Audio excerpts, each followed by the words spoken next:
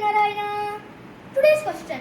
Arjuna thought that it was not proper for him to kill the sons of Dhritarashtra. Why does he think so? Because only the sin of destroying a full family will accrue and there would be no happiness in killing his own kinsmen. निहत्यथार्तराष्ट्रान्नः का प्रीतिः स्यात् जनार्दन पापमेवाश्रयेदस्मान् हत्वैतानादतायिनः